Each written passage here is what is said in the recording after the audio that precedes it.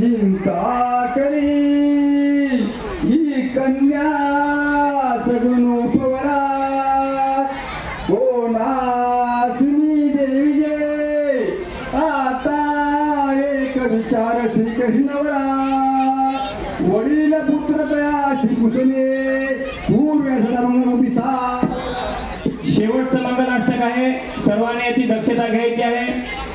आता सावध सावधान समयो साधा समीपी असे